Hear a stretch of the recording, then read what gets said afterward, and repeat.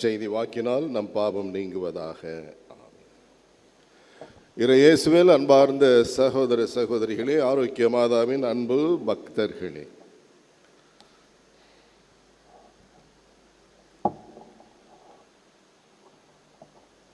இறைவன் தூய்மையானவராக இருக்கிறார். தூயவர் என்ற அந்த அடைமொழி ஏசாயா இறைவாக்கினர் நூலிலே நாம் பார்க்கின்றோம். விவிலியத்திலே முதலாவதாக ஏசாயா இறைவாக்கினர் நூலிலே 6வது பிரிவிலே 3வது அருள்வாக்கிலே ஏசாயா இறைவாக்கினர் அவருடைய தேவ அழைத்தலை பெறுகிறார். மக்கள் மத்தியிலே சென்று அவர் பணியாற்ற வேண்டும் என்று. அந்த தருணத்திலே அவருக்கு ஒரு காட்சி கிடைக்கின்றது. அந்த காட்சியிலே பேராலயத்திலே அரியணையிலே இறைவன் மகிமையோடு வீற்றிருக்கின்றார். அந்த ஆலயத்திலே அவரை சுற்றிலும் எங்கும் வான தூதர்களின் செராபீம்களின் கூட்டம் நிறைந்திருக்கின்றது. அந்த செராபீம்களுக்கெல்லாம் சமனசுகளுக்கெல்லாம் 3 ஜோடி ரெக்கைகள், 6 ரெக்கைகள் ஒவ்வொருவருக்கும். 2 ரெக்கைகளால் அவருடைய பாதங்களை மூடிக்கொள்கிறார்கள், 2 ரெக்கைகளால் அவர்கள் முகத்தை மூடிக்கொள்கின்றார்கள், 2 ரெக்கைகளால் பறந்து கொண்டிருக்கின்றார்கள். அந்த ஆலயத்திற்குள்ளே அந்த நிகழ்ச்சி நடக்கின்ற பொழுது குரலொலி ஒன்று கேட்கின்றது. ஒரு சேராஃபிம் ஜெபிக்கின்றார், பாடுகின்றார், ஆண்டவரை வாழ்த்துகின்றார். எப்படி வாழ்த்துகின்றார்? தூயவர் தூயவர் தூயவர் என்று பாடுகின்றார். திருவிவிலியத்திலே இறைவன் தூயவர் என்று முதலாவதாக அங்கு தான் பதிவு செய்யப்பட்டுள்ளது. நாம் திருப்பலியிலும் அதைத்தான் சொல்லுகின்றோம். அந்த வானதூதர் அந்த ஆலயத்திலே அந்த ஆண்டவருடைய மாட்சிமையை எவ்வாறு வாழ்த்தினாரோ, தூயவர் தூயவர் தூயவர் மூவுலகின் நிறைவாம் ஆண்டவர், விண்ணகம் மன்னகமும் மாட்சியால் நிறைந்துள்ளன என்று தொடர்ந்து வாழ்த்திய வண்ணமாக இருக்கின்றார்கள். திருப்பலியின் வழியாகவும் நாம் அதையே தான் தொடர்ந்து விண்ணகத்திலே நிகழ்கின்ற அந்த ஒப்பற்ற திருப்பலியை தான் நம்முடைய மண்ணின் மொழியிலே கொண்டாடுகின்றோம். நற்கருணை மன்றாட்டுக்கு முன்னாக ஒவ்வொரு நாளும் பாடுகின்றோம், ஜெபிக்கின்றோம். தூயவர் தூயவர் தூயவர் வான்படைகளின் கடவுளாம் ஆண்டவர், விண்ணகமும் மன்னகமும் மாட்சியால் நிறைந்துள்ளன, உன்னதங்களிலே ஓசான்னா, ஆண்டவர் பெயரால் வருகின்றவர் ஆசி பெற்றவர், உன்னதங்களிலே ஓசான்னா என்று நாம் பாடுகின்றோமே. விண்ணகத்திலே இடைவிடாமல் ஒலித்து கொண்டிருக்கின்ற அந்த ஆராதனையைத்தான் அந்த திருப்பலியிலே நாமும் ஒவ்வொரு நாளும் பாடி இறைவனை ஆராதிக்கின்றோம். எனவே இறைவன் தூய்மையானவராக இருக்கின்றார். நான் தூயவன் என்று தன்னை அந்த ஏசாயாவுக்கு அந்த இறை அழைத்தலை கொடுத்த பொழுது வெளிப்படுத்துகின்றார். அன்பிற்குரியவர்களே, இன்றைய முதல் வாசகத்தின் இறுதியிலே அதுதான் வலியுறுத்தி சொல்லப்படுகிறது. உங்களை அழைத்தவர் தூய்மை உள்ளவராய் இருப்பது போல நீங்களும் உங்கள் நடத்தையிலெல்லாம் தூய்மை உள்ளவர்களாய் இருங்கள். யார் இதை சொல்றது? திருத்தூதர் பேதுரு முதல் திருமுகத்தில் 10 to 16 வரையிலும் இருக்கின்ற அருள் வாக்குகளே சொல்லுகிறார். அதனுடைய உச்சகட்டம் இதுதான். உங்களை அழைத்தவர் தூய்மை உள்ளவராய் இருப்பது போல நீங்களும் உங்கள் நடத்தையிலெல்லாம் தூய்மை உள்ளவர்களாய் இருங்கள். என் வார்த்தைகளை கேட்டு அதை கடைபிடிக்கின்றவன் பேறு பெற்றவன், ஆண்டவர் இயேசு கூறுகிறார். என் தாயை விட, திருமுழுக்கு யோவானை விட சிறந்தவர் என்று ஆண்டவர் பாராட்டுகின்றார். வாழ்வதரும் வார்த்தைகள் உம்மிடம் அல்லவா உள்ளன, நாங்கள் யாரிடம் செல்வோம் என்று நம்முடைய இதயமானது ஆண்டவரை பார்த்து குரல் எழுப்பிக் கொண்டே இருக்க வேண்டும். அந்த தூயவரை பார்த்து அந்த குரல் ஒலி எழுப்பிக் கொண்டே இருக்க வேண்டும். அப்பொழுது அவரோடு ஐக்கியமாக இருக்கும் பொழுது நாம் சிந்தனையாலும் சொல்லாலும் செயலாலும் தூய்மையானவர்களாக மட்டுமே வாழ முடியும். இது இறைவன் நமக்கு தருகின்ற ஆசீர்வாதம். உங்களை அழைத்தவர் தூய்மை உள்ளவராய் இருப்பது போல நீங்களும் உங்கள் நடத்தையிலெல்லாம் தூய்மை உள்ளவர்களாக இருங்கள். எனக்கு 50 விழுக்காடு தூய்மையான வாழ்க்கையை கொடுத்துரு, நீ இந்த உலகத்தில் ஒரு 50 விழுக்காடு நீயே வச்சுக்க, உன் இஷ்டத்துக்கு வாழ்வதற்கு என்று கடவுள் சொல்லவில்லை. என்னை பின்பற்ற விரும்புகின்றவன் எல்லாவற்றையும் விட்டுவிட்டு என்னை பின்பற்ற வேண்டும், அவனுக்கு அனைத்தையும் நான் தருவேன். இதுதான் ஆண்டவருடைய ஆசீர்வாதம். உங்களை அழைத்தவர் தூய்மை உள்ளவராய் இருப்பது போல நீங்களும் உங்கள் நடத்தையிலெல்லாம் தூய்மை உள்ளவர்களாய் இருங்கள். இதை நிரூபிப்பதற்கு பழைய ஏற்பாட்டிலிருந்து ஒரு மேற்கோளை பேதுரு கூறுகிறார். இறுதி அருள்வாக்கு, நீங்கள் தூயவராய் இருங்கள், ஏனெனில் நான் தூயவன் என மறைநூலில் எழுதப்பட்டிருக்கிறது. அந்த கொட்டேஷனை கொடுக்கிறார் பேதுரு மக்களுக்கு அறிவிக்கின்ற பொழுது. அதில் கடவுள் என்ன சொல்றாரா? நீங்கள் தூயவராய் இருங்கள், ஏனெனில் நான் தூயவன் என மறைநூலில் எழுதப்பட்டிருக்கின்றது. எனவே பேதுரு கட்டுக்கதையை பேசவில்லை. வரலாற்றிலே இறைவன் அந்த மீட்பின் வரலாற்றிலே முழுமையாக தன்னை வெளிப்படுத்திய இந்த மாபெரும் பேருண்மையை இந்த மக்களை எடுத்துரைக்கின்ற பொழுது, ஆண்டவர் பெயரால் நமக்கு வாழ்வு உண்டு, அதை நாங்கள் பெற்றோம், அதை உங்களுக்கு வழங்குகின்றோம், ஏற்றுக்கொள்ளுங்கள், தெளிவு பெறுங்கள், விழிப்பு அடையுங்கள், இதுகாரும் அறியாமையிலே வாழ்ந்தீர்கள், இனிமேல் விழிப்புணர்வு பெற்றவர்களாய் உரித்த அந்த ஆண்டவராகிய இயேசு கிறிஸ்துவிலே ஆழ்ந்த மனமாற்றத்தின் மூலமாக எப்பொழுதும் நல்லொழுக்கம் உள்ளவர்களாக இயேசுவின் வழி வாழ்கின்றவர்களாக விளங்குங்கள், ஆழ்ந்த மனமாற்றத்திற்கு உங்களை கையளித்துக் கொள்ளுங்கள் என்ற அந்த அழைத்தலை பேதுரு இறை மக்களாகிய நமக்கு இந்த 21வது நூற்றாண்டிலே அந்த வாசகத்தின் மூலமாக வழங்குகின்றார். மறைநூலில் என்ன எழுதப்பட்டிருக்கிறது? நீங்கள் தூயவராய் இருங்கள், ஏனெனில் நான் தூயவன். அதான் இங்கே தலைப்பு, நான் தூயவன். மறைநூலில் எழுதப்பட்டுள்ள அந்த வாக்கு நம்முடைய வாழ்க்கையில் நிறைவேறணும். ஒவ்வொரு நாளும் எவ்வளவு தூய்மையாக நாம் இருக்கின்றோம். திருப்பலியின் ஆரம்பத்தில் சிந்தனையாலும் சொல்லாலும் செயலாலும் கடமையில் தவறியதாலும் பாவங்கள் பல செய்தேன். அந்த தூய்மையை நாம் எவ்வாறு சிதைக்கின்றோம் எண்ணி பார்க்கின்றோமா? சாதாரணமாக போய்விட்டது தீமையான ஒரு வாழ்க்கையை வாழ்வது, தவறான ஒரு வாழ்க்கையை வாழ்வது. அவ்வாறு வாழவில்லை என்றால் அந்த நாளையை நாம் வாழாதது போல் நினைக்கின்றோம். மனசாட்சி மழுங்கி போய்விட்டது. எதை செய்தாலும் தீமையை செய்தாலும் சரிதான் என்று சொல்லக்கூடிய ஒரு நிலைக்கு உள்ளமானது இறுகிவிட்டது. பழைய ஏற்பாட்டிலே மக்கள் அப்படித்தான் இருந்தார்கள். கல் நெஞ்சம் கொண்டவர்களாக இருந்தார்கள், வணங்கா கழுத்தினராக இருந்தார்கள். உடன்படிக்கை செய்து கொண்டார்கள் சீனாய் மலையிலே, நீங்கள் எங்கள் கடவுள், நாங்கள் உடைய மக்கள், உடைய விழுமியங்களின்படி மட்டுமே வாழ்வோம் என்று சத்தியம் செய்து கொடுத்தார்கள். ஆனால் இந்த 40 ஆண்டுகளிலே மோயிசனுக்கு எதிராகவும் இறைவனுக்கு எதிராகவும் குரலொலி எழுப்பிக் கொண்டே இருந்தார்கள். அதன் விளைவு என்ன? அவர்கள் இழைத்த முடிவின் விளைவு என்ன? அந்த 40 ஆண்டுகளிலே பாலைவனத்திலே அவர் மாண்டு போனார்கள். அவர்களுக்கு கல்லறைகள் கூட இல்லை. மாண்டு போனால் அங்கே போட்டுவிட்டு சென்றார்கள், அவ்வளவுதான்.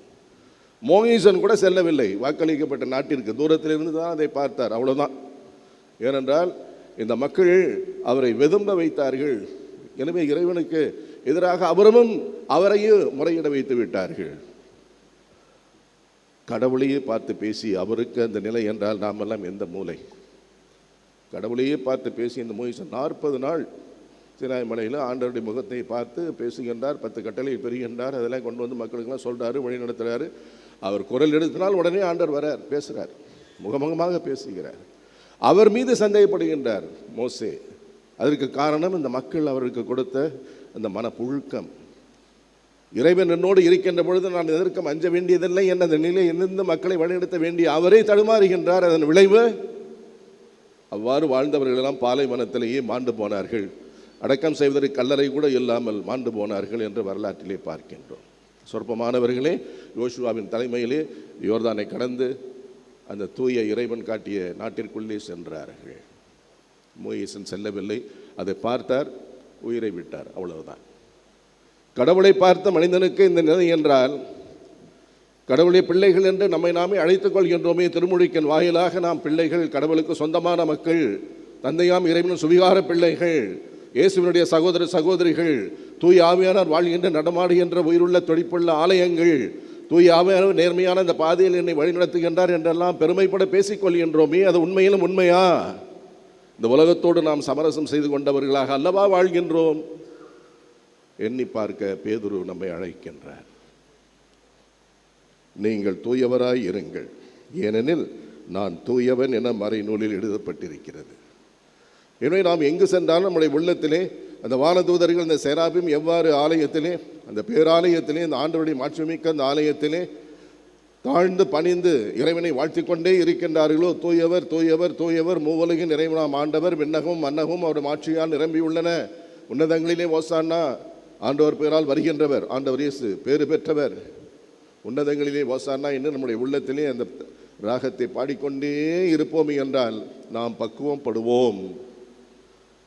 தீமைக்கு ஒரு நாளும் ஒத்துழைக்க மாட்டோம். இந்த உலகத்திலே தான் நாம் வாழ வேண்டும். இந்த உலக வாழ்க்கையை தான் வாழ வேண்டும், ஆனால் அதை நேர்மையாக வாழ்வோம், சுயநலத்தோடு வாழ மாட்டோம். இன்றைய நற்செய்திக்கு வருகின்ற பொழுது அதுதான் வலியுறுத்தி சொல்லப்படுகிறது. இறுதியாக நற்செய்தியில் பாருங்கள், அழகான வார்த்தை.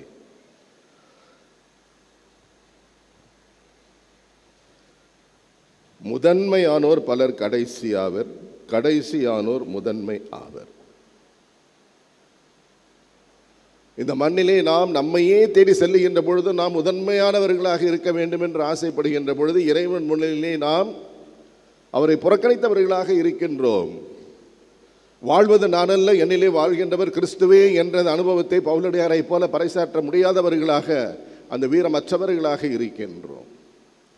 எனவே இந்த மண்ணிலே நான் சிறந்து விளங்க வேண்டும், சாகசங்களை படைக்கின்றவனாக இருக்க வேண்டும், என் குடும்பம் இவ்வாறாக இருக்க வேண்டும், 4 பேரால் போற்றப்பட வேண்டிய குடும்பமாக இருக்க வேண்டும் என்றெல்லாம் நாம் செயலாற்றுவது நல்லது. ஆனால் அளவுக்கு மிஞ்சினால் அமிர்தமும் நஞ்சு என்ற நிலையில் தானே வாழ்கின்றோம். ஆண்டவர் காட்டுகின்றது நேர்மையின் பாதையில் செல்லுகின்ற பொழுது நமக்குள்ளே எதிர்மறையான விழுக்காடுகளுக்கு இடம் உண்டா? இல்லவே இல்லையே. எனவே தான் கூறுகின்றார், முதன்மையானோர் பலர் கடைசியாவர், கடைசியானோர் முதன்மையார். கடைசினாக்கா என்ன? ஆண்டவருடைய உள்ளம் எது? மாதா என்ன சொல்றாங்க? இதோ உமது அடிமை, உம்முடைய வார்த்தையின்படி மட்டுமே எனக்கு ஆகட்டும். என்னுடைய ஐம்புலன்களிலே ஏற்படுகின்ற உணர்ச்சிகளின் அடிப்படையிலே வாழ்க்கை அமைய வேண்டாம் ஆண்டவரே, என்னையே நான் உமக்கு அர்ப்பணித்து விட்டேன், நான் உமக்கே சொந்தம், உம்முடைய நற்செய்தியின் கருவியாக என்னை மாற்றும் என்று அந்த தாய் தன்னை ஒப்பு கொடுத்தார் அல்லவா? உலகத்திலே வாழ்ந்தாலும் அந்த உலகத்திலே வாழ்ந்திருக்கின்ற அந்த நேரத்திலேயே இந்த உலகத்தையும் கடந்தவராக, அந்த உலகையும் காணிக்கையாக ஒப்பு கொடுக்கின்றவராக, என்னுடைய உலகம் அவரது திருவுளமே என்று வாழ்ந்தார் அல்லவா? எனவே தான் ஆரோக்கியமாக தான் நம்ம கொண்டாடுறோம். அவங்கள்ட்ட இருக்க அந்த ஆரோக்கியத்தில் ஒரு துளியாவது நம்ம வாழ்க்கையில் இருக்கணும்லவா? மனம் திருந்த வேண்டும், மனம் வருந்த வேண்டும், ஒவ்வொரு நாளும் மனம் வருந்த வேண்டும், ஒவ்வொரு நாளும் மனம் திருந்த வேண்டும். நல்லதை செய்வதற்கு சோதனைகள் தொடர்ந்து சாகும் வரையிலும் வந்து கொண்டே இருக்கும். அந்த நேரங்களில் தான் அந்த ஆண்டவருடைய விழுமியத்தை, நான் தூயவன் என்று மறைநூல் எழுதப்பட்டிருக்கிறது அல்லவா? நான் தூயவன், அது நம் மனக்கண் முன் வந்து நிற்க வேண்டும். அப்பொழுது அந்த தீமையிலே நாம் விழமாட்டோம், அலகையை விரட்டி அடிப்போம். மாதா எப்படி பாம்பை மிதிக்கிறாங்களோ அதுபோல் மிதிச்சிருவோம். உனக்கும் பெண்ணுக்கும் உன் வித்துக்கும் அவர் வித்துக்கும் இடையே பகையை மூட்டுவோம். அவர் தலையை நசுக்குவார், நீயோ அவரை குதிங்காலை தீண்ட முயலுவாய். முதலாவதாக ஆதி பெற்றோருக்கு ஆண்டவர் கொடுத்த அந்த நம்பிக்கைக்குரிய நற்செய்தி. நற்செய்தியை அவர் இழந்து விட்டார்கள் ஆதி பெற்றோர். காரணம் அகந்தை, காய்மகாரம். இதென்ன கடவுள் மட்டும் கடவுளாக இருப்பார், நம்ம மட்டும் அவருக்கு அடிமையாக இருக்கணுமா? நானும் கடவுள் தான், நான் தூயவன். அவர் தூயவர் என்றால் நான் தூயவன். அவர் தான் என்னை படைத்தார், என்னை அசிங்கமாக படைத்திருப்பார், நான் என்னை தூய்மையாக படைத்திருக்கின்றார். நானும் தூயவன், அவரும் தூயவன், 2 பேரும் சமம். இப்போ உன் வேலையை நீ பாரு, என் வேலையை நான் பார்க்குறேன். அந்த தோட்டத்திலிருந்து வெளியேற்றப்பட்டார்கள். வெளியேற்றப்பட்டாலும் அந்த இறைவன் அறியாமையினால் அவர்கள் செய்து விட்டார்கள் என்று மீண்டும் தன்னுடைய அன்பையும் இரக்கத்தையும் வெளிப்படுத்துகின்றாரே, இதை உணர்கிறோமா? நமக்கும் அதை தான் செய்து கொண்டிருக்கின்றார், உணர்கிறோமா? உனக்கும் பெண்ணுக்கும் உன் வித்துக்கும் அவர் வித்துக்கும் இடையே பகையை உண்டாக்குவோம், அவர் தலையை மிதிப்பார், நீரோட கொதிங்காலை கிடைக்க முயலுவாய். விவிலியத்தினுடைய அச்சாணி ஆண்டவர் கொடுத்த அந்த அருள்வாக்கு. அந்த அருள்வாக்கு இல்லைனாக்கா விவிலியமே கிடையாது. அதைத்தான் மீட்பின் வரலாறு என்று நாம் கூறுகிறோம். அந்த வரலாற்றை பற்றி தான் முதல் வாசகத்தில் பேதுரு அழகாக சொல்லுகிறார். ஒவ்வொரு காலகட்டத்திலும் இறைவன் ஒவ்வொரு விதமாக அந்தந்த சூழ்நிலையில் வாழ்ந்த அந்த மக்களுடைய புரிதலுக்கு ஏற்றாற்போல அவருடைய தூதர்களை தேர்ந்தெடுத்து மக்களை உருவாக்கினார். காலம் நிறைவேற்ற பொழுது இயேசுவிலே இந்த முழுமையை தந்திருக்கின்றார். இன்னும் அறியாமையிலே வாழ்கின்ற மக்களாக வாழாதீர்கள், புது பொலிவுடனே வாழ்வதற்கு அந்த வாழ்வை வழங்குகின்ற ஒரே ஒருவர் தான் இருக்கின்றார், இயேசுவின் நாமம், இனிய நாமம்.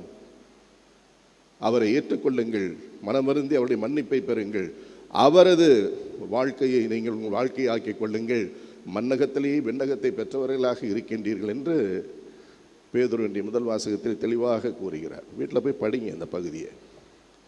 இந்த நற்செய்தி பகுதியிலும் அதே தான் சொல்லப்பட்டிருக்கிறது. தூய்மையாக இருங்கள், தூய்மையாக இருங்கள். தூய்மையாக இருக்க வேண்டும் என்றால் அனைத்திற்கும் மேலாக இறைவனை அன்பு செய்ய வேண்டும்.